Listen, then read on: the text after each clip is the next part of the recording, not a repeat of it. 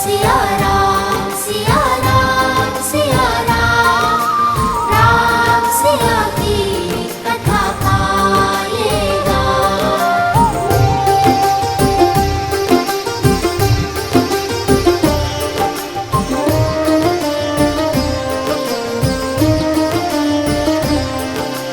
राम सिया राम सिया राम सिया राम सिया की कथा पाएगा।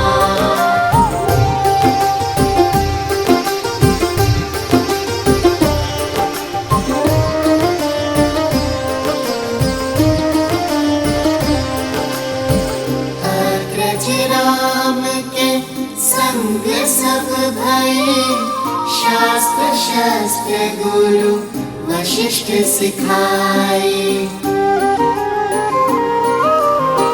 धर्म के काजे राम लखन फिर, विश्वामित्र संग लीन विदाए।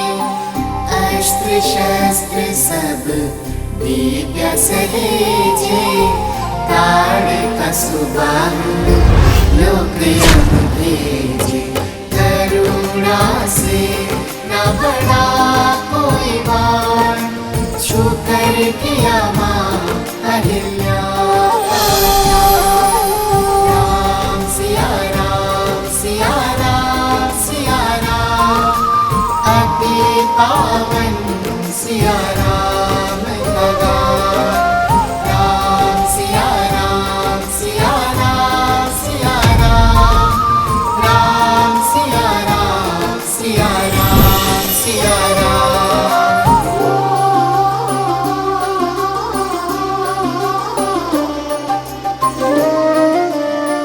ये कौन बालक इतना मधुर राम कथा का गान कर रहे हैं? मिथिला में शिव का धनुष भयंकर, जिसे न हिला सका कोई धुरंधर।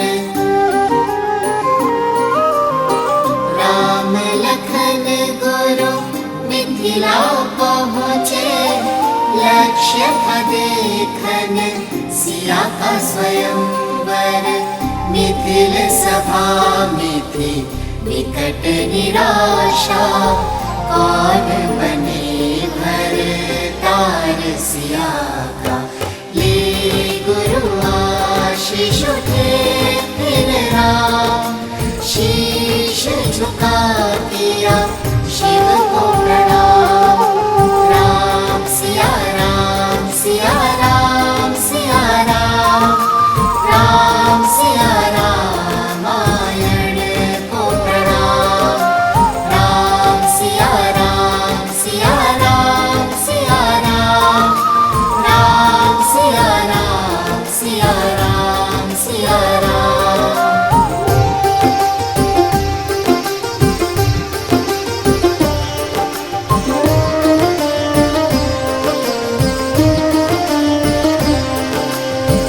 राम सहजता से धनुष उठाए, टूटा धनुष जो प्रत्यंचा चढ़ाए। परशुराम ले परशु आए, सारंग साध के उनको मनाए। जानकी ने वर माला डारी, भूप मिले श्री और चक्रधारी। एक हो गए फिर सिया और राम, दो है शरीर एक नाम। राम सिया राम सिया राम सिया राम सिया का है ये गुणगान। राम सिया राम सिया राम सिया राम सिया राम सिया राम सिया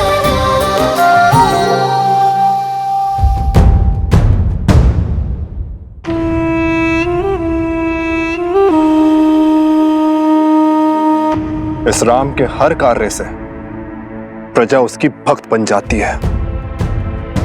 बिना शस्त्र उठाए, बिना सामने आए वो हर बार हमें हरा देता है।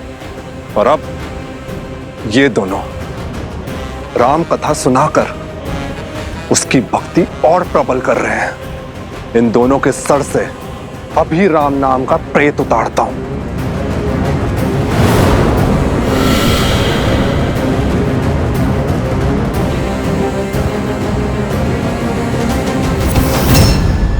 मूर्ख, बल के साथ साथ बुद्धि का भी प्रयोग किया करो।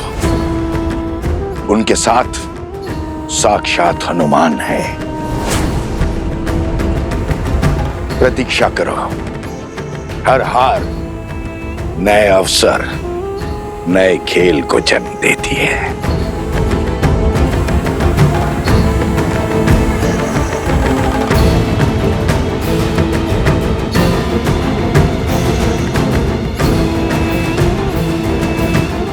मिल गया मार्ग।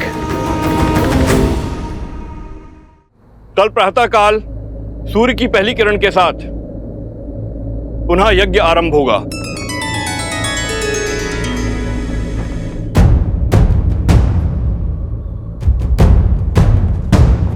हनुमान कहाँ गया?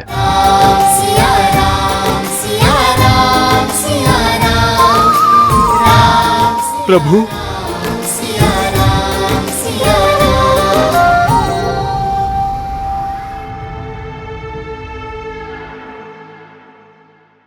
भैया, वो ब्राह्मण कहाँ गए जो भावमग्न होकर हमारा गान सुन रहे थे? हाँ, मैंने भी उन्हें कहीं जाते देखा नहीं। कहीं भोज करने तो नहीं गए, इसलिए लौट गए होंगे। चलो ना, हम भी चलते हैं धर्मशाला। हाँ हाँ, शीघ्र चलते हैं।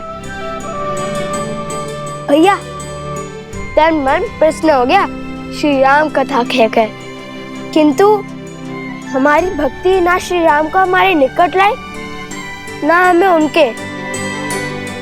जो हृदय में है वो सामने भी अवश्य आएंगे।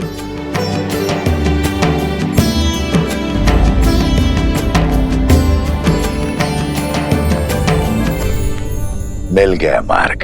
तुमने कहा राम की प्रजा उसकी भक्त है, परंतु प्रजा शब्द का एक अर्थ संतान भी होता है, बानासुर।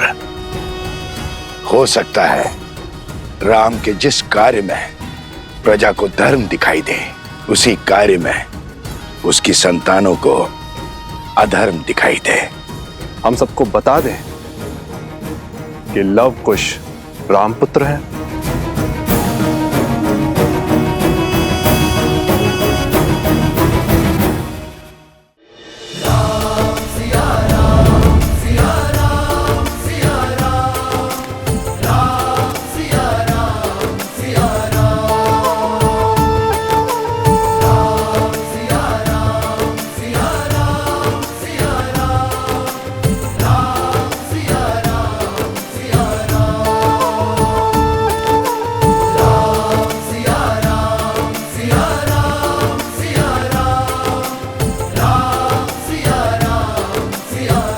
कहाँ व्यस्त है हनुमान? बहुत देर से दिखाई नहीं दिए। बहुत समय बाद तुम्हें इतना प्रसन्न देखा हनुमान, इस प्रकार घूमते गाते देखा।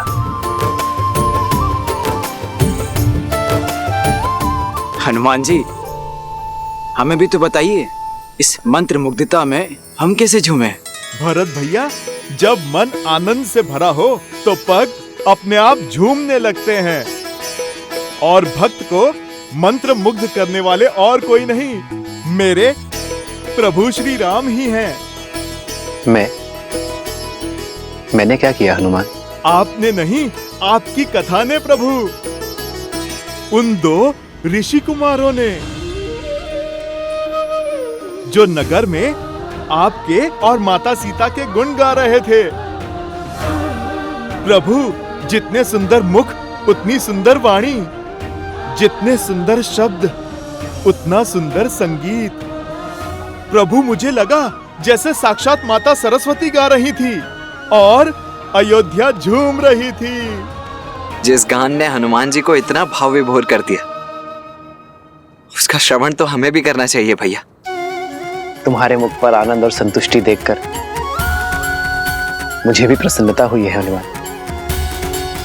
क्या मुझे नहीं सुनाओगे उनका गान? यदि सबकी इच्छा हो तो कल उन्हें राजमहल ले आओ, हम सब साथ मिलकर उन्हें सुनेंगे। अवश्य प्रभु, अवश्य।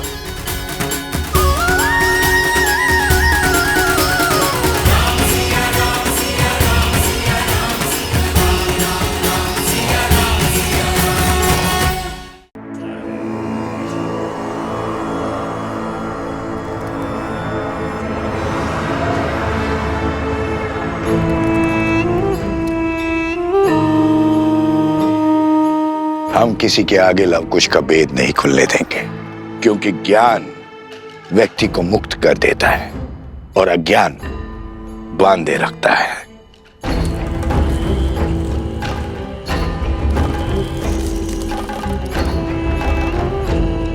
मेरी शक्ति का स्रोत यही अज्ञान है बानासुर।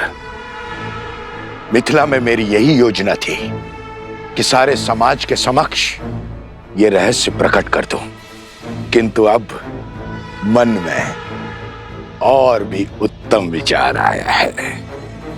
कैसा विचार?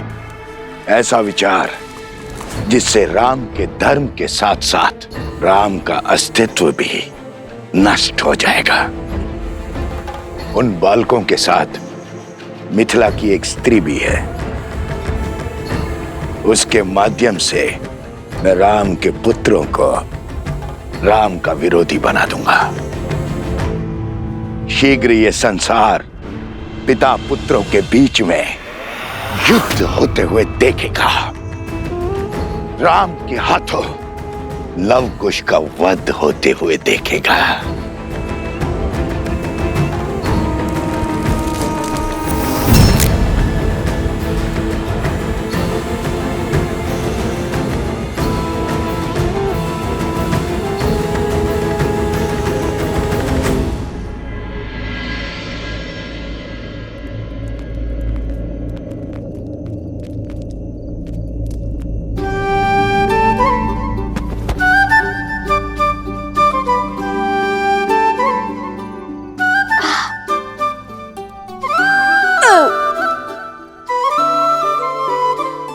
ऐसे क्यों देख रहे हो भैया? देख नहीं रहा हूँ, सोच रहा हूँ पेट है कि कुआं। एक पंगत में आधी नगरी का भोजन खा चुके हो तुम, और ये साथ में पोटली भी बांध कर लिया है तुम। आपके लिए भी तो बांधा है भैया। और वैसे भी पूरा दिन गायन किया है और कल भी करेंगे, और ऊपर से प्रभु श्री राम से भेंट भी नहीं हो पा रही है, और ज्ञान करने से मुंह के साथ पेट भी सूखता है।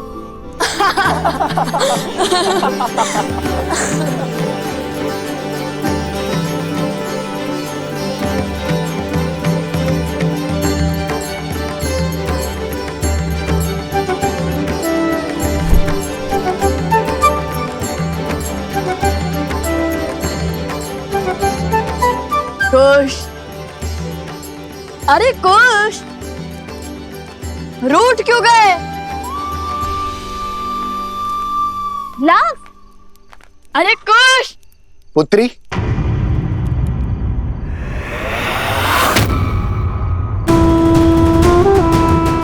तनिक भोजन मिलेगा?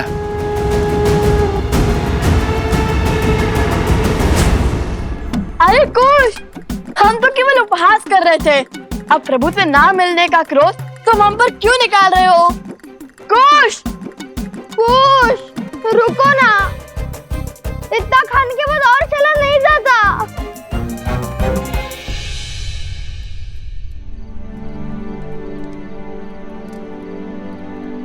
सभी ऋषिगण यहीं पर हैं। वो दोनों ऋषि कुमार भी यहीं कहीं होंगे। अरे वो रहे, देखो। मेरे पास तो केवल यही है, यज्ञ का भोजन।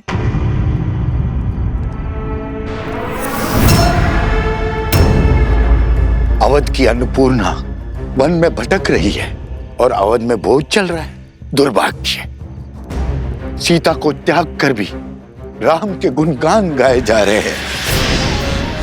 सीता का त्याग करके भी राम महान हो गया। अश्वमेध यज्ञ की अग्नि जल रही है, किंतु किसी के हृदय में सीता के लिए विषाद की चिंगारी तक नहीं भड़की। पर मेरा मन जल रहा है। मेरे लिए यह भोग अपवित्र है, विष है। और गांव पर नमक तो तब छिड़क रहा है जब वो ऋषि कुमार राम के गुणगान गा रहे हैं। कुश रुको, कुश, कुश। ऋषि कुमारो,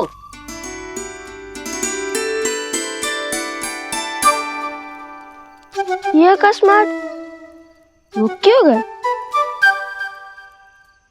ऋषि कुमार, कुछ भेंट लाए हम आपके लिए, दही मक्खन और लड्डू।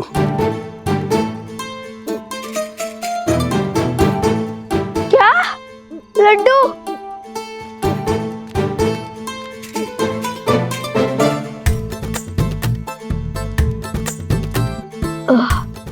रहने दीजिए, इसकी कोई आवश्यकता नहीं है। हमने पेट भर कर खाया है। धन्यवाद। कुश, माता ने कहा था कि जिस भेंट को सच्चे मन से दिया गया हो उसे मना नहीं करती। लाइए, इन्हें आप यहाँ रख दीजिए। नहीं नहीं, इसकी कोई आवश्यकता नहीं है। लाइए लाइए।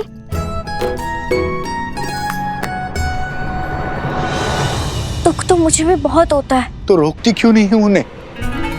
तुम तो मिथिला से हो, जानती हो राम ने सीता के साथ क्या अन्याय किया है। तुम्हारा कर्तव्य है उन ऋषि कुमारों को राजकुमारी सीता के साथ हुए अन्याय का भेद बताना। संसार को हानि दुष्टों का कोलाहल नहीं,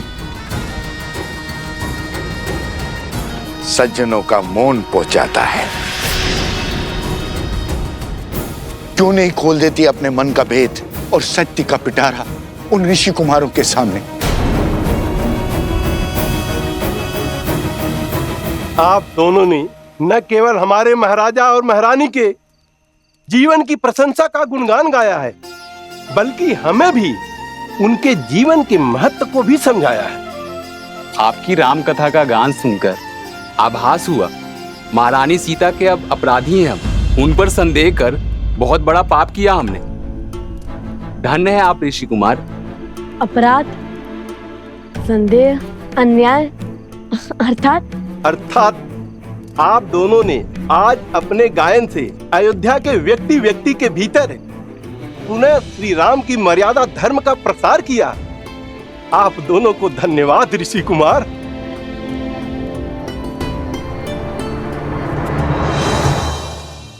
अरे तुम तो सच में टूट पड़े। भैया, पावन अयोध्या की पावन भूमि का पावन प्रसाद कैसे जोड़ूंगा? ये भी उचित है। वैसे वो प्रजाजन क्या कह रहे थे? मैं बताती हूँ।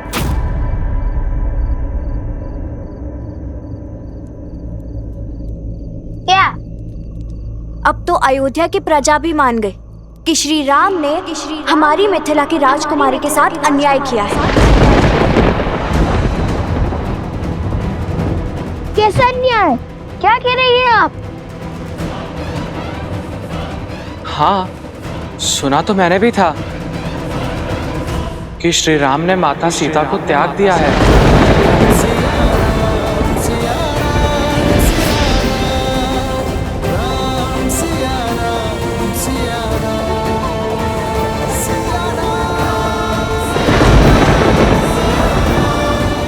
नहीं नहीं नहीं, ये असंभव है। यदि ये अश्वमेध यज्ञ हो रहा है तो माता सीता भी उनके साथ होंगी, और यदि माता सीता उनके साथ नहीं है तो ये अश्वमेध यज्ञ कैसे हो रहा है? इन सब बातों का उठता है। कल जब श्री राम से भेंट होगी तो मिल जाएगा ना? नहीं नहीं, मैं कल की प्रतीक्षा नहीं करूंगा और इसे क्षण सिद्ध कर दूंगा कि हमारे आराध्य श्री राम ऐसा अन्याय नहीं कर सकते। और माता सीता भी उनके साथ अयोध्या में है।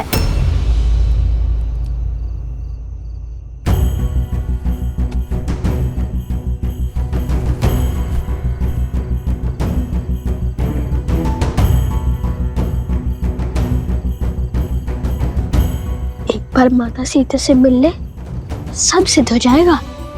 परंतु माता ने गरिमा में रहने के लिए कहा था। ठीक है, यदि आपको प्रमाण नहीं चाहिए तो चलते हैं।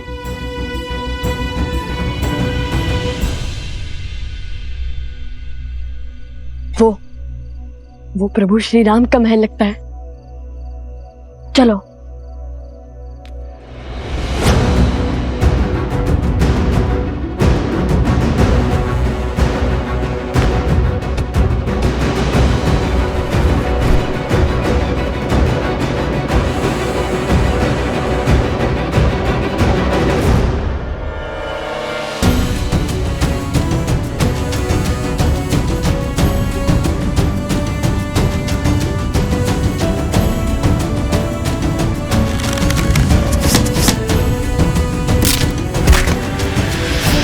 चलो वहां को ये देखते हैं।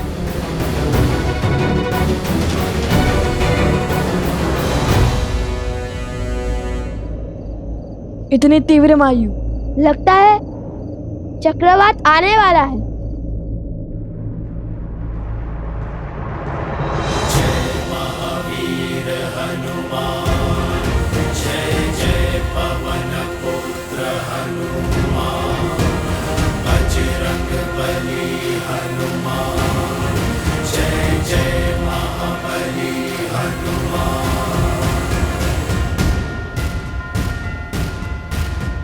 बजरंग बली। हनुमान जी, हमारा प्रणाम स्वीकार करें।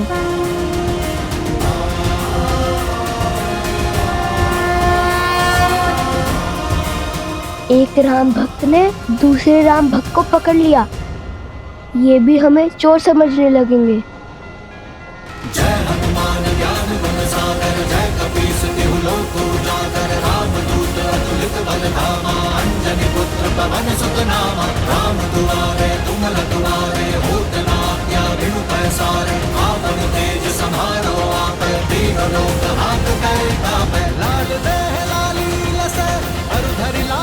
देखो हनुमान जी ने पकड़ लिया उन्हें। चलो।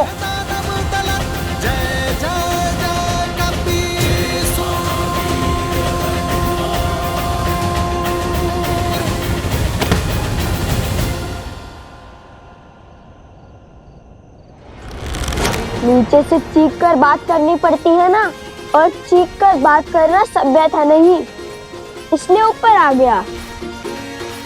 विराट रूप धरकर हमें भयभीत करना चाहते हैं। ये मत सोचिए कि आपका दाव सफल हुआ, हमने तो पहले ही आपको आते हुए देख लिया था। मुझे भी अपने तनिक निकट ले लीजिए हनुमान जी।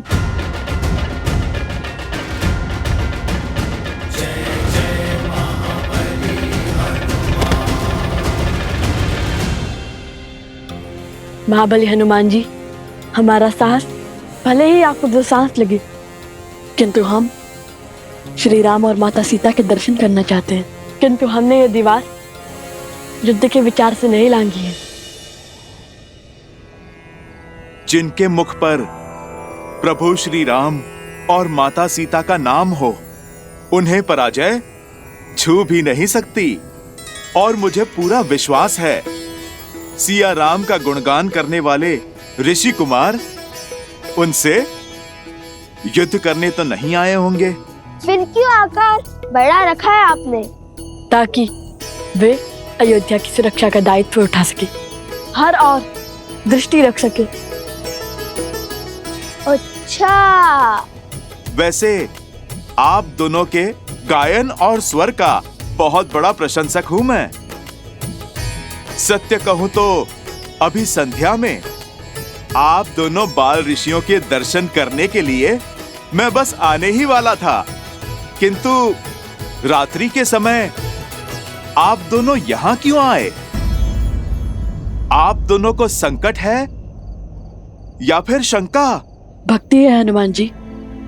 माता सीता और श्री राम के दर्शन करने यहाँ आए हैं। मिथिला की कन्या जिसका विवाह हमने करवाया, वो कह रही थी कि महाराज राम ने अपनी पत्नी के साथ अन्याय किया है।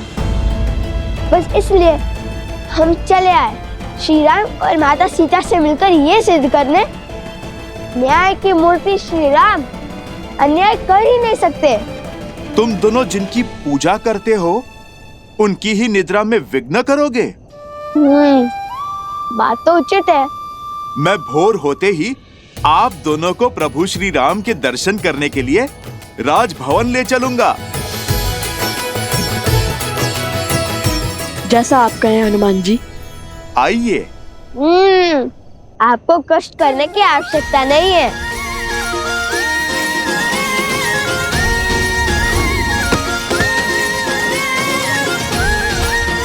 अद्भुत।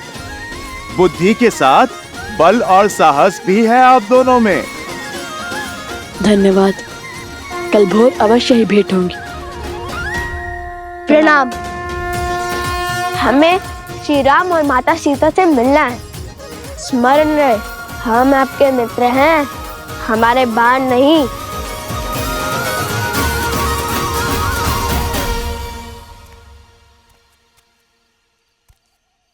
वन देवी।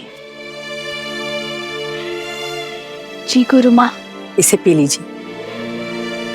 ये क्या है गुरु माँ? काढ़ा। इसमें घुली जड़ी बूटी और औषधि आपके मन को शांत करेगी। आपकी चिंता को समझती हूँ, किंतु भय दुर्भाग्य लाता है। इसे पी के निश्चिंत सो जाइए।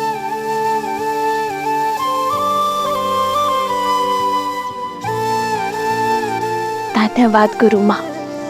विश्राम कर। आप मेरी चिंता तो समझती हैं, किंतु उसके पीछे का कारण नहीं। बस मेरा लवकुश अपने आराध्या से मिल ले और उनकी भक्ति पर कोई आँच ना आने पाए।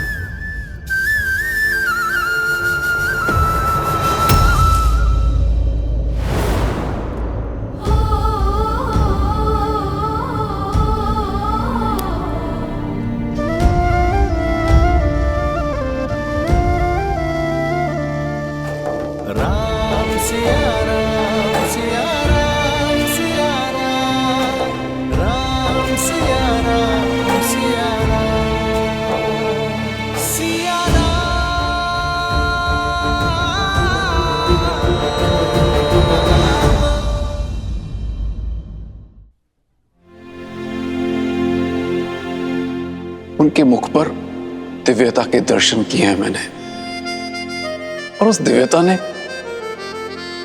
मेरा मन मोह लिया। कोई साधारण ऋषि कुमार नहीं है, बल्कि साधु और शासक का अनूठा संगम है। उन दो ऋषि कुमारों ने जो नगर में आपके और माता सीता के गुण गा रहे थे, प्रभु मुझे लगा जैसे साक्षात माता सरस्वती गा रही थी और अयोध्या झूम रही थी। यदि सबकी इच्छा हो तो कल उन्हें राजमहल ले आओ, हम सब साथ मिलकर उन्हें सुनेंगे।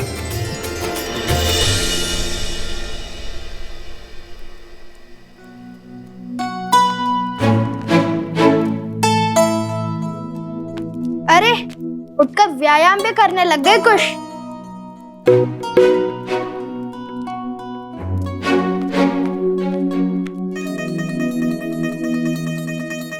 अरे पहले तो सुनील को लेकर बैठे रहते थे, अब इस वीणा को अधिक साफ करने से कहीं टूट ना जाए। कितनी मूर्खतापूर्ण बातें कर रहे हो। श्री राम और माता सीता से मिलने जा रहे हैं।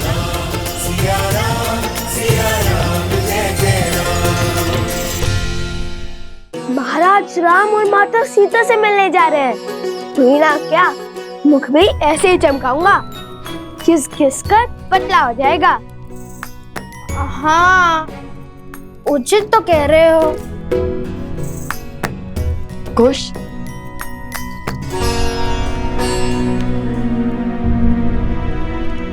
मेरी महारानी सीता है। माता सुनकर कहीं क्रोधित ना हो जाए।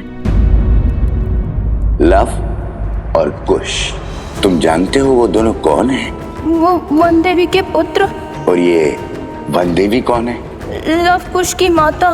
केवल लव कुश की माता नहीं, मूर्ख बालक, श्री राम की अर्धांगिनी, अयोध्या की महारानी है वो, सीता है वो, सीता। इसलिए तो मुख स्वच्छ कर रहा हूँ भैया।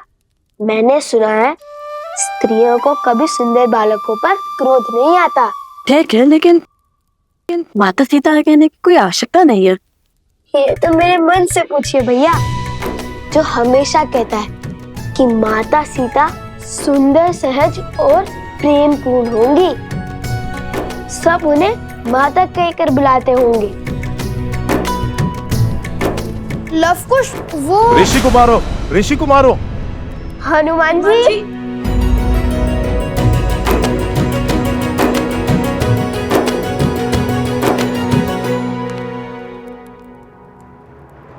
वन देवी ही सीता है। जब लव कुश को पता चलेगा कि माता सीता यहाँ नहीं है, तब क्या होगा? क्या मैं उन दोनों को सत्य बता दूं? श्री गुरु चरण सरोज रज। शीघ्र चलिए ऋषि कुमार, प्रभु श्री राम आपका गान सुनने को आतुर है। उनसे ज्यादा आतुर तो हम हैं हनुमान जी। चलिए। तो आइए, चलिए। पर गरिमा और मर्यादा में रहना, कुछ भी मत कहना। और हाँ, चाहते ही प्रभु पर अपने प्रश्नों के बाण में छोड़ देना। कदापि नहीं। क्या हुआ? मैंने तो कुछ कहा ही नहीं। वही तो। सुनो, विचार ही मत करो, उसकी ध्वनि होगी। विचार करना कैसे बंद करूं? धीमे स्वर में विचार करो। विचार की नहीं, आचरण की बात है।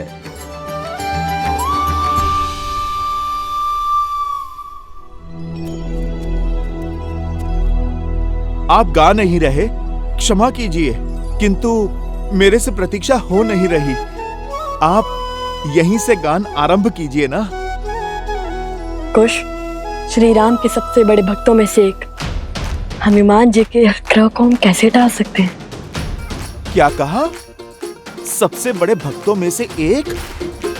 मुझे तो लगा मैं अपने प्रभु श्री राम का सबसे बड़ा भक्त हूं।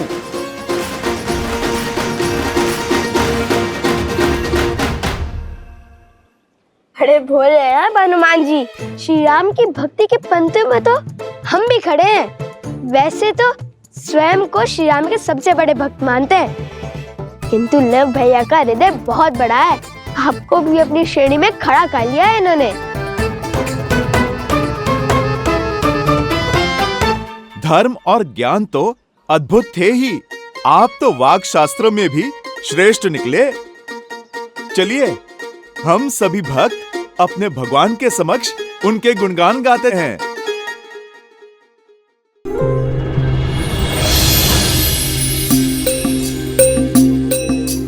अब तक हमने सुनाया कि कैसे हुआ माता सीता का हरण। अब जानिए भटकते भक्तों, कहाँ पड़े श्री राम लखन के चरण।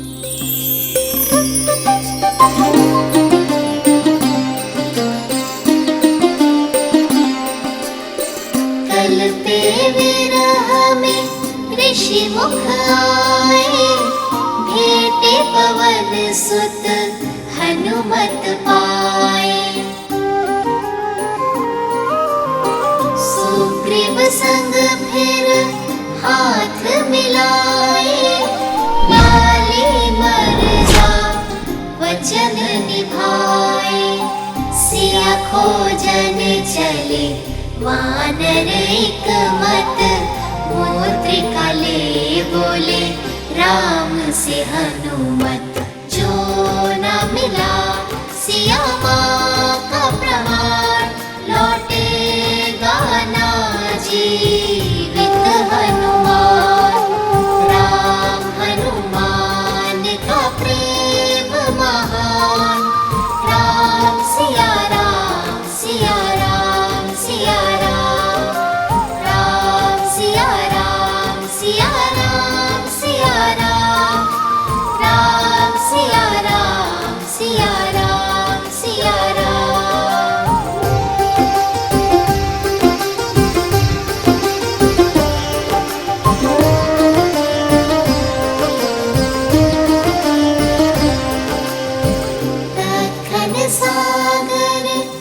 तट पर आए, भाई जटायु संपाति पाए। सागर पार है स्वर्ण की लंका, जहाँ बजता रावण का डंका। बंदी वहीं पे है माँ सीता, पाओगे सागर जो जीता। बाधा विकट कैसे सागर हो पार, वानर सब आशा गए हार। राम सिया राम सिया राम सिया राम, राम सिया राम सिया राम सिया राम, राम सिया राम सिया राम सिया राम, राम सिया राम सिया राम सिया राम।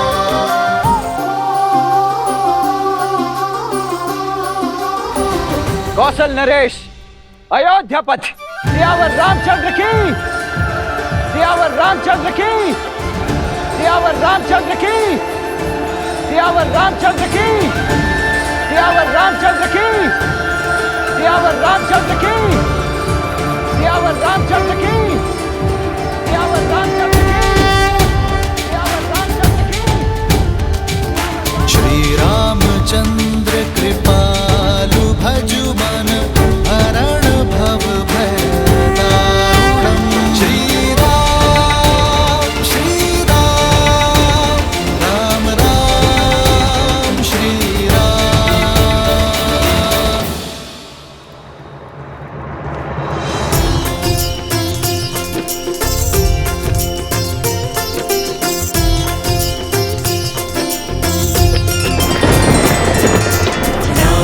सिया राम जय जय राम, राम सिया राम जय जय राम।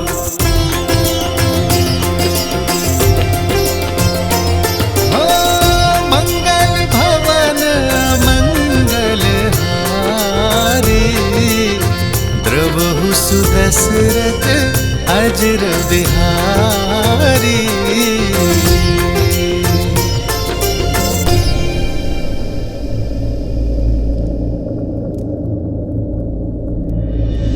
जानकी नेवर माला डाली, भूपे मिले श्री और चक्रधारी। एक हो गए फिर सिया और राम, दो है शरीर एक है प्राण। राम सिया राम सिया राम सिया राम, राम सिया का है ये गुणगान। राम सिया राम सिया राम सिया राम, राम सिया का है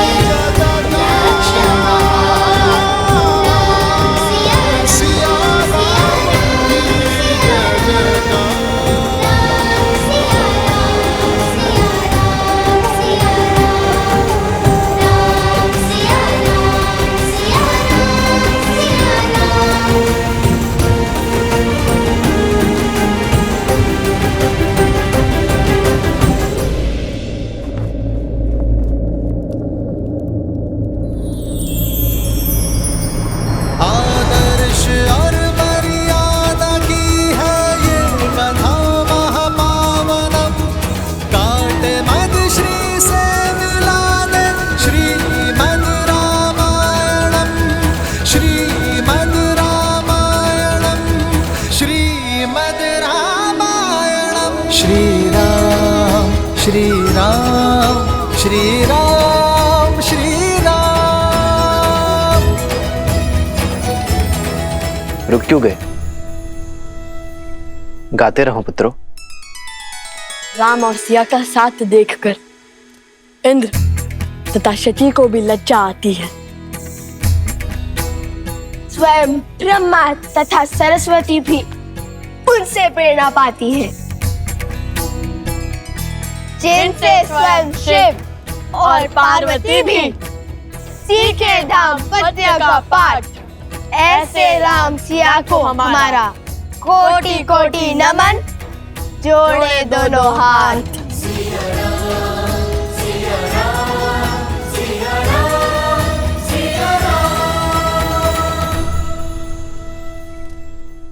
अब तक हमने सुनाया कि कैसे हनुमान जी ने लंका को भस्म किया, तोड़ा दशरथन का अभिमान, दिया श्री राम का शक्ति प्रमाण।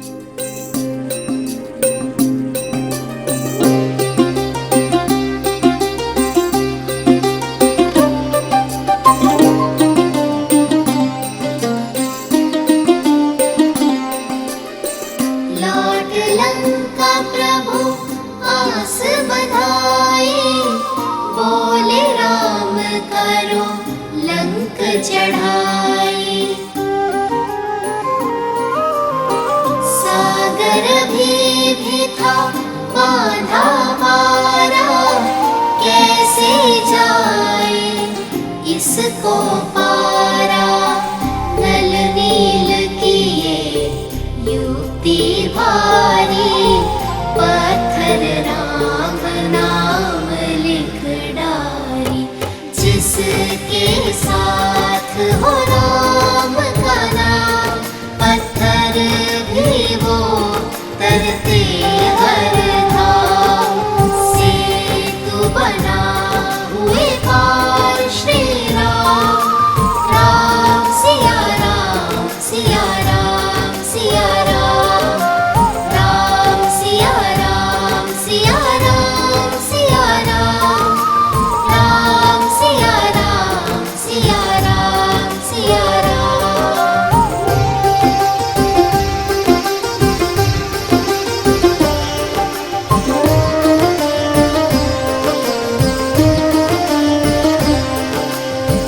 युद्ध हुआ फिर बड़ा ही प्रचंडा, राम की रावण सिर खंडा।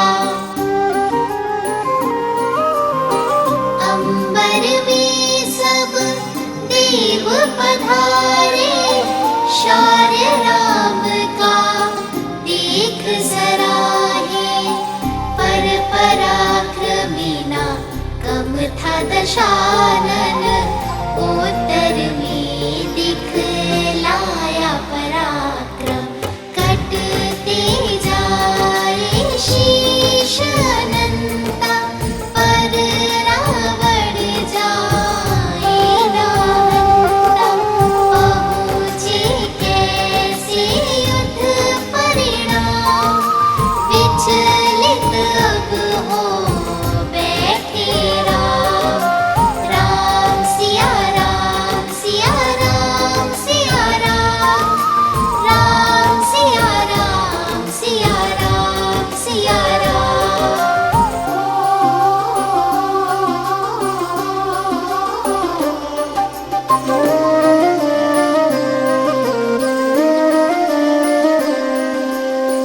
विकट समस्या पग थी पसारे, रावण कैसे जाए संहारे।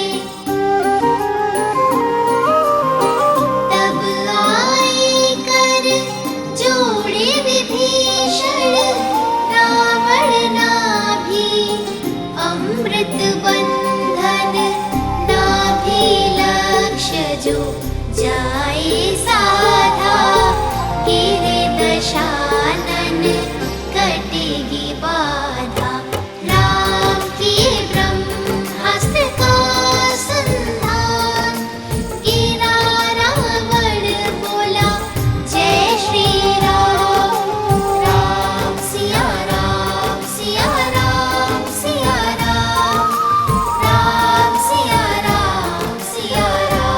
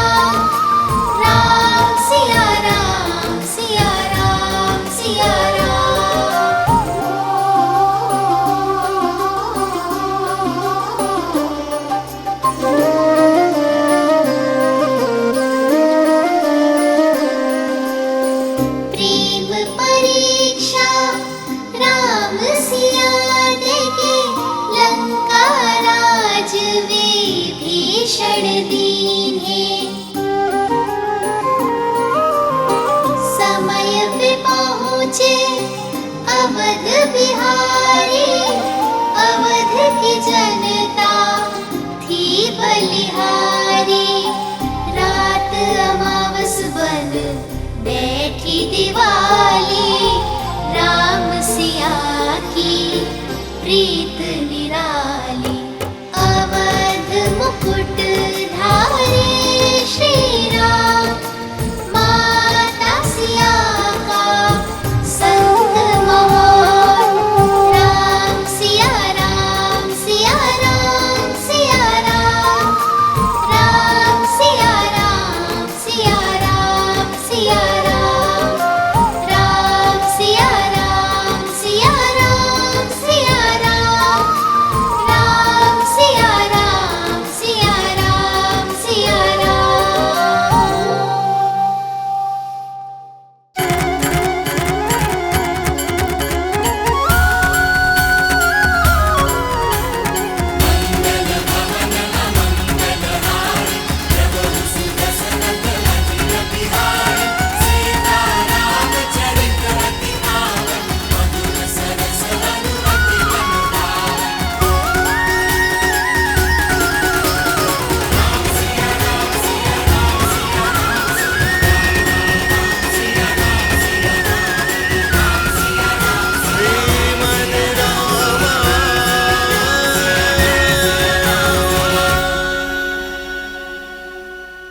तुम्हारा यह अद्भुत स्वर, सुंदर बोल सुनकर मेरा हृदय नाच उठा है।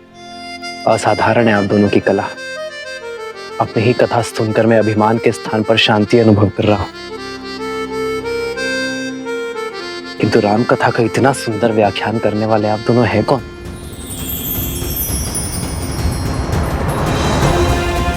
अपना परिचय दीजिए बालकों।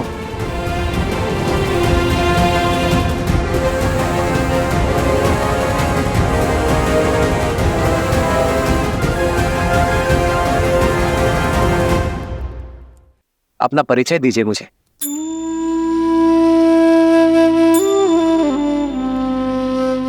जब हम राजा राम से मिलेंगे ना, तो उन्हें अवश्य बताएंगे कि हम हनुमान जी की भांति हम उनके सबसे बड़े भक्त हैं। प्रभु, ये आपके सबसे बड़े भक्त हैं।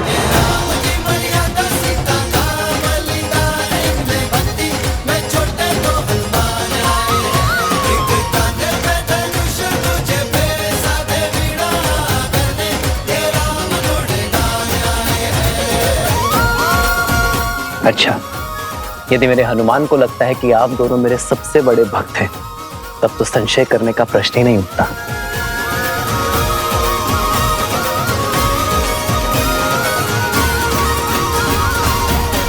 ये भेंट मेरे दो सबसे बड़े भक्तों के लिए।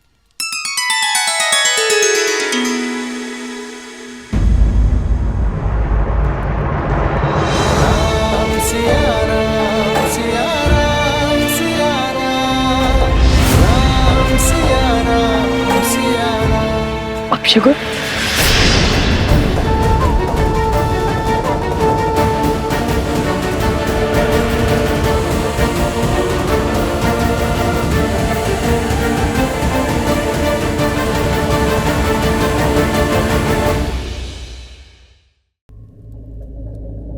अपशगुन,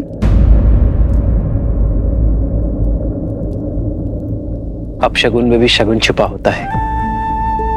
सुकर्म और सोच अपशगुन को भी शगुन बना देती है। ये भेंट मेरे सबसे महत्वपूर्ण भक्तों के लिए है।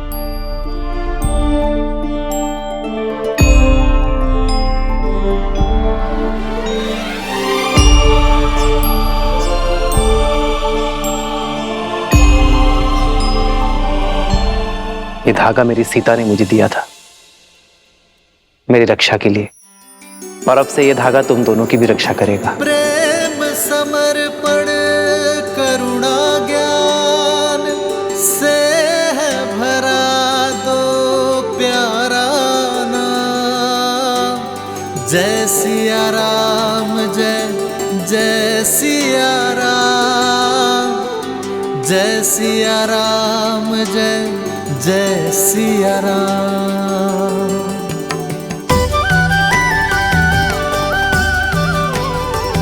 प्रेम की सोच अब शकुन को भी शुभ संकेत बढ़ा देती है। निराशा में भी आशा की कोपर देने के लिए धन्यवाद महादेव। ये तो वही ऋषि कुमार हैं श्री राम, जिसके विषय में हमने आपको बताया था।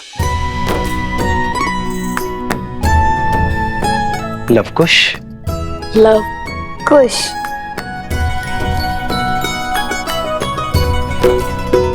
इनकी धनुर्विद्या से तो हम पहले से ही अवगत हैं, और आज इनकी अद्वितीय संगीत रस को भी हमने चख लिया। बालकों, तुमने हमें इस विषय में पहले क्यों नहीं बताया? यदि धनुर्विद्या की प्रतियोगिता में बाण के स्थान पर नाच छेड़ते तो हार जाते ना।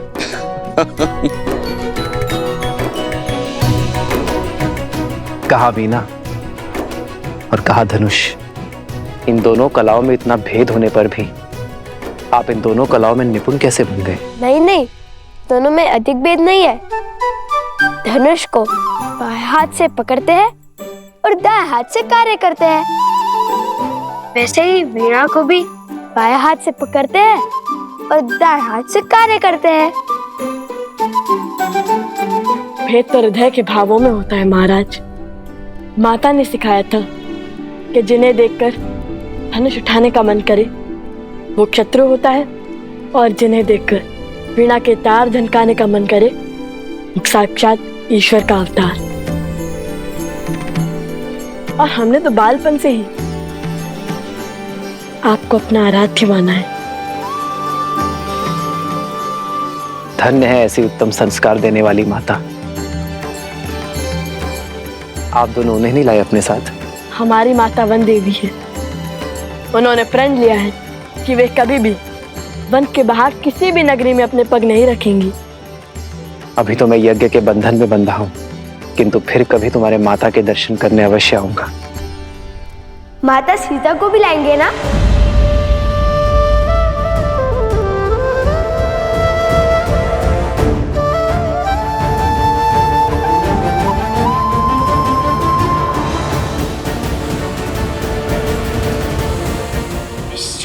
क्षमा करना, मेरा अर्थ था महारानी सीता, वो भी आएंगी ना?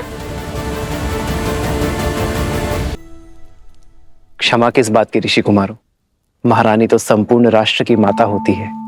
आप महारानी सीता को माता कह सकते हैं। यज्ञ में आहुति का समय हो गया है राम। जो आज्ञा गुरुवर। हनुमान, इन दोनों ऋषि कुमारों और इनके साथियों के विश्राम करने की व्यवस्था महल में ही करवाओ। मैं यज्ञ संपन्न होने के पश्चात स्वयं इनके पास बैठकर पूरी कथा सुनूंगा। लक्ष्मण,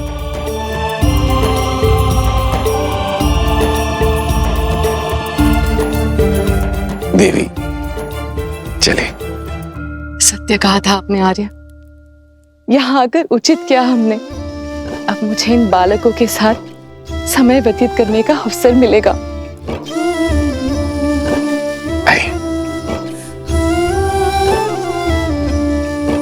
ऋषि कुमार पधारिए। भैया, रानी के दर्शन का क्या? आप आइए ऋषि कुमार।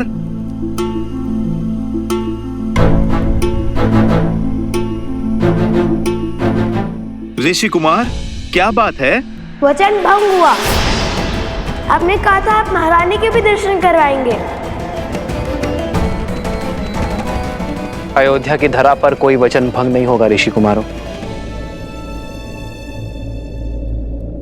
आपको महारानी सीता के दर्शन करने हैं ना? आइए यज्ञ स्थल पर।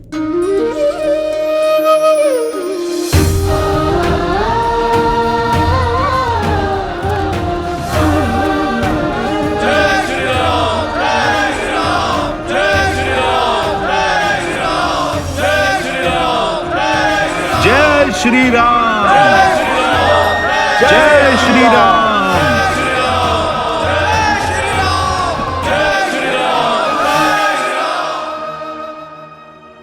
सब कुछ सज्ज है महाराज। आप ही की प्रतीक्षा थी। महारानी को ले आए?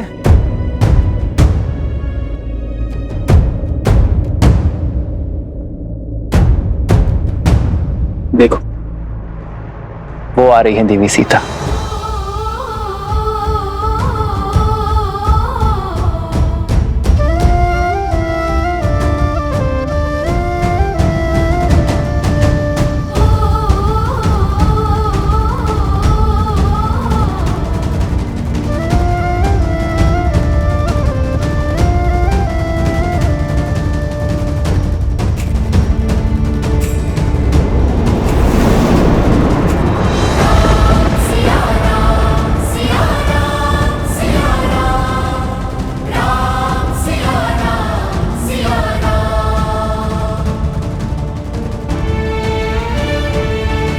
महारानी सीता की देह तो अयोध्या में वास नहीं करती है, किंतु राजधर्म की मर्यादा जो निभानी है, मेरी प्रिय पत्नी के प्राण इस मूर्ति में प्रतिष्ठित है। श्री राम ने हमारी मिथिला की राजकुमारी के साथ अन्याय किया है। श्री राम ने माता सीता को त्याग दिया है।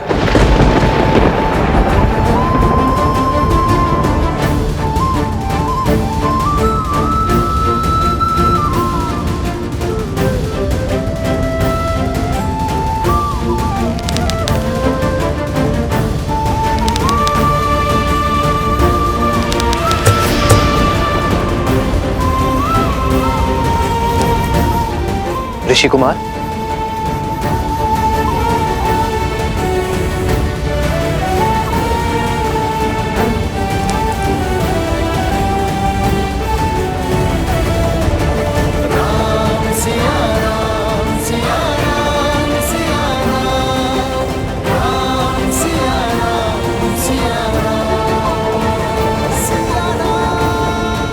अपने घाव को दबाकर रखें।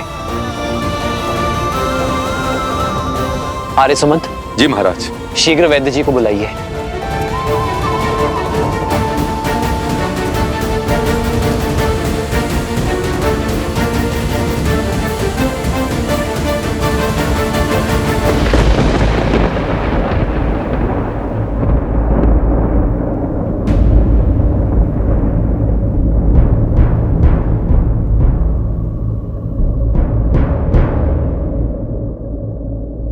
रक्त बह रहा है ऋषि कुमार, इन्हें स्वच्छ करना होगा। आपको उपचार की आवश्यकता है।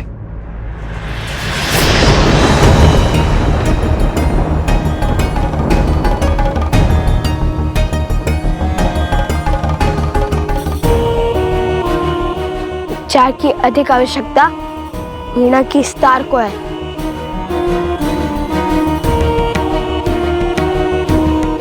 जो साक्षात माता सरस्वती ने हमें उपहार दिया था। ऋषि कुमार, महाराज की उदारता का उत्तर उद्दंडता से देना उचित नहीं है। लक्ष्मण, मेरा भाई उद्दंडी नहीं है, केवल उसके मुख पर बुद्धि से अधिक उसके भावों का अधिकार है। राजानुज, बिल्कुल आप ही की भांति। तुम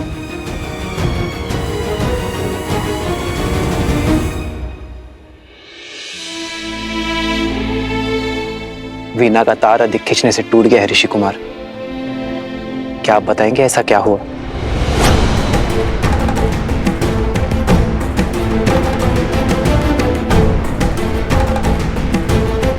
भगवान वाल्मीकि का आदेश था कि अयोध्या जाकर प्रभु श्री राम और माता सीता के गुणगान गाने का, किंतु मुझे किसी ने ये नहीं बताया कि राम सिया की कथा जो हम मंत्र मुक्त होकर गाते हैं वो अधूरी है।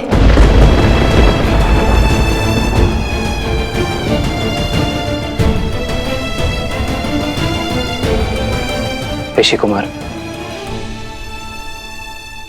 संसार हर क्षण हमारे सामने एक नई चुनौती लेकर आता है, और उस समय धर्म के लिए, कर्म के लिए जो कार्य हमें करने पड़ते हैं वो कठिन अवश्य होते हैं, किंतु अनिवार्य होते हैं। एक व्यक्ति की जीवन कथा तब तक अपूर्ण है जब तक उसके प्राण उसके तन में है। तो क्या जीवन की चुनौती के लिए कोई पत्नी अपने पति का साथ और हृदय का त्याग समर्पण कर सकती है? महाराज,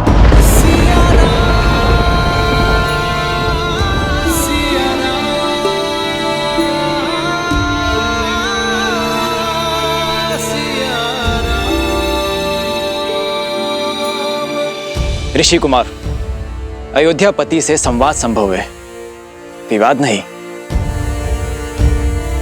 और अभी आप बालक हैं, ये राजधर्म नहीं समझेंगे आप।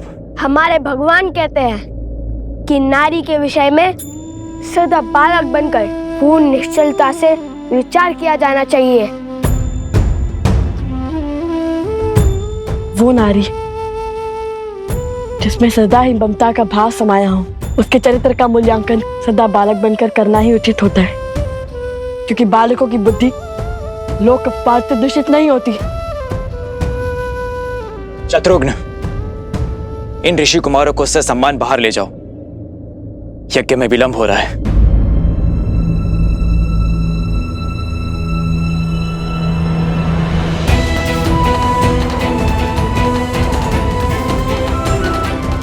यदि मेरे श्री राम के मन में अपनी संतान के लिए प्रेम जागा तो कहीं उनका तप भंग ना हो जाए। शत्रुघ्न,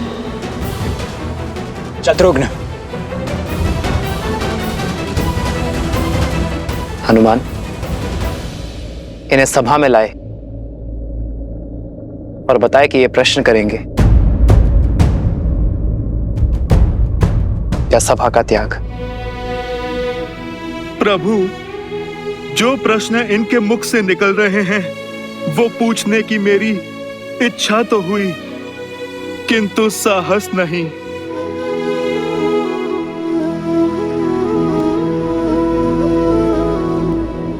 तो जो पूछना है वो अवश्य पूछो ऋषि कुमारों, मैं यथाशक्ति उत्तर अवश्य दूंगा। क्योंकि आपने माता सीता का त्याग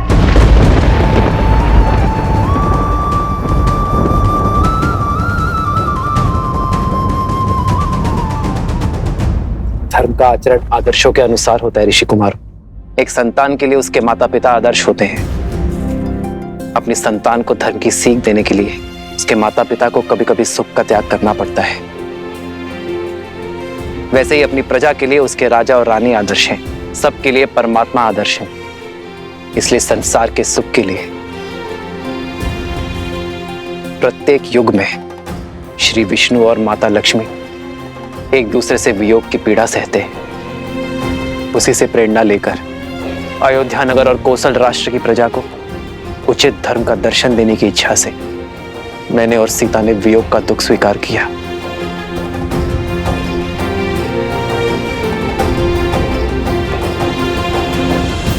यदि महाराज को दुख देने से मन भर गया हो तो कृपा करके यहां से प्रस्थान करें ऋषि कुमार। यज्ञ की अंतिम आहुति का समय निकट आ रहा है।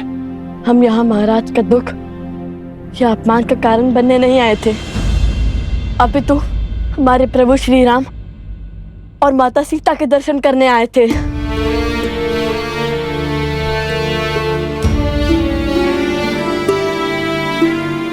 पीड़ा है तो केवल इस बात की कि हम केवल महाराज के दर्शन का सौभाग्य ले पाए, प्रभु राम के दर्शन का नहीं, क्योंकि सीता के बिना कैसे राम।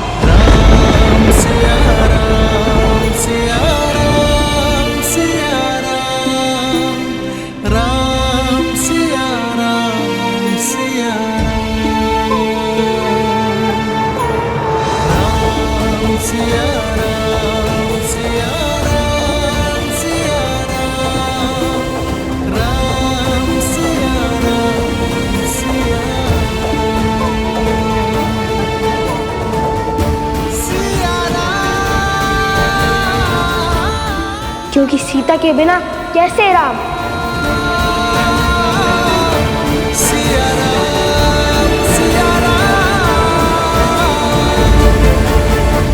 पिताश्री, क्या लव और कुश के प्रश्न उचित थे? जैसे वृक्ष पर बैठे व्यक्ति को धरती पर खड़े व्यक्ति की तुलना में कहीं दूर तक दिखाई देता है, वैसे ही किसी भी व्यक्ति के प्रश्नों की मर्यादा भी उन प्रश्नों की दूरदर्शिता पर निर्भर करती है। परंतु इसका अर्थ यह कदापि नहीं कि धरती पर खड़े व्यक्ति के प्रश्न अनुचित हैं या फिर उसे प्रश्न पूछने का अधिकार ही नहीं। वो समय भी आएगा जब लव और कुश इस समाज को, संसार को और सृष्टि को और भली भांति समझने लग जाएंगे। और जब वो समय आएगा प्रिय गणेश, तब वो दोनों स्वतः ही उस प्रश्न पर पहुंच जाएंगे जो राम और सीता के पुनर्मिलन का आधार बनेगा।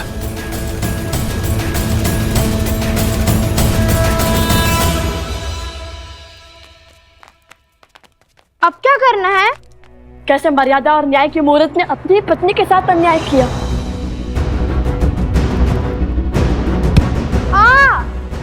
अकस्मात क्यों रुक गए?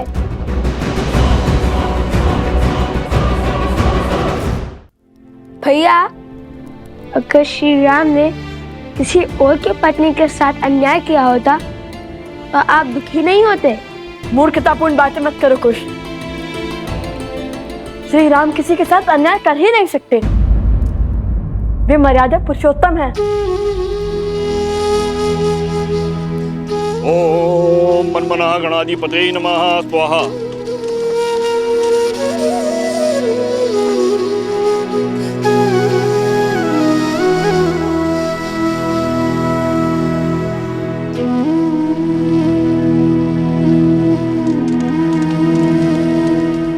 तो क्या जीवन की चुनौती के लिए कोई पत्नी अपने पति का साथ और हृदय का त्याग समर्पण कर सकती है महाराज? क्योंकि आपने माता सीता का त्याग।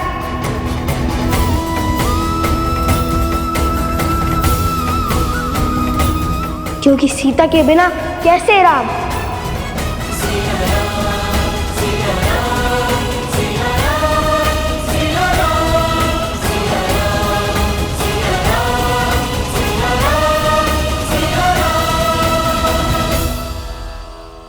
और क्या प्रमाण चाहिए? अब तो सिद्ध हो गया ना कि अयोध्या के राजा राम ने ही अन्याय किया है।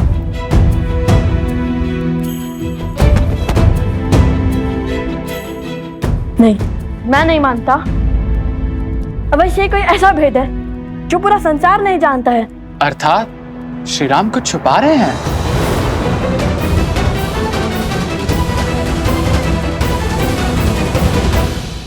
नहीं, कदाचित कोई ऐसा प्रश्न जो कि हमने पूछा ही नहीं, ऐसा प्रश्न जो हमारी बालक बुद्धि में कभी जन्मा ही नहीं, ऐसा प्रश्न जिससे हमारी सारी शंकाओं पर विराम लग जाए। तुम्हें क्या लगता है इतने वर्षों में तुम पहले हो जिसने अन्याय के विषय में विचार किया हो?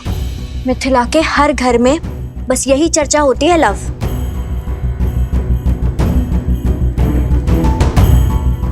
आपको केवल ये दुख है कि हम श्री राम से उचित प्रश्न नहीं पूछ पाए, किंतु मुझे देखिए, मुझे दो दुख हैं। क्या? एक तो माता सीता के दर्शन ना पाने का और दूसरा उपगुरु की पत्नी का आरोप सत्य सिद्ध होने का। हम क्यों? भाभी माँ की बातें भैया सुनेंगे। सोमकर, लाओ तो।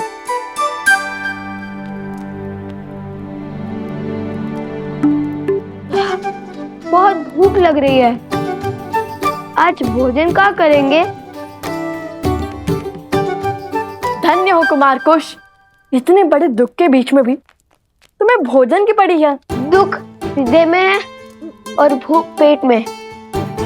दोनों अपने निर्णय लेने के लिए स्वतंत्र हैं। हाँ, चलो ना फिर भोजनशाला में चलकर खाते हैं।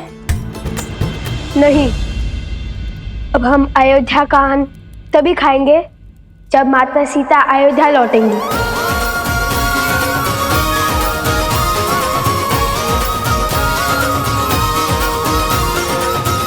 और मैं जानता हूँ कि हमें क्या करना है।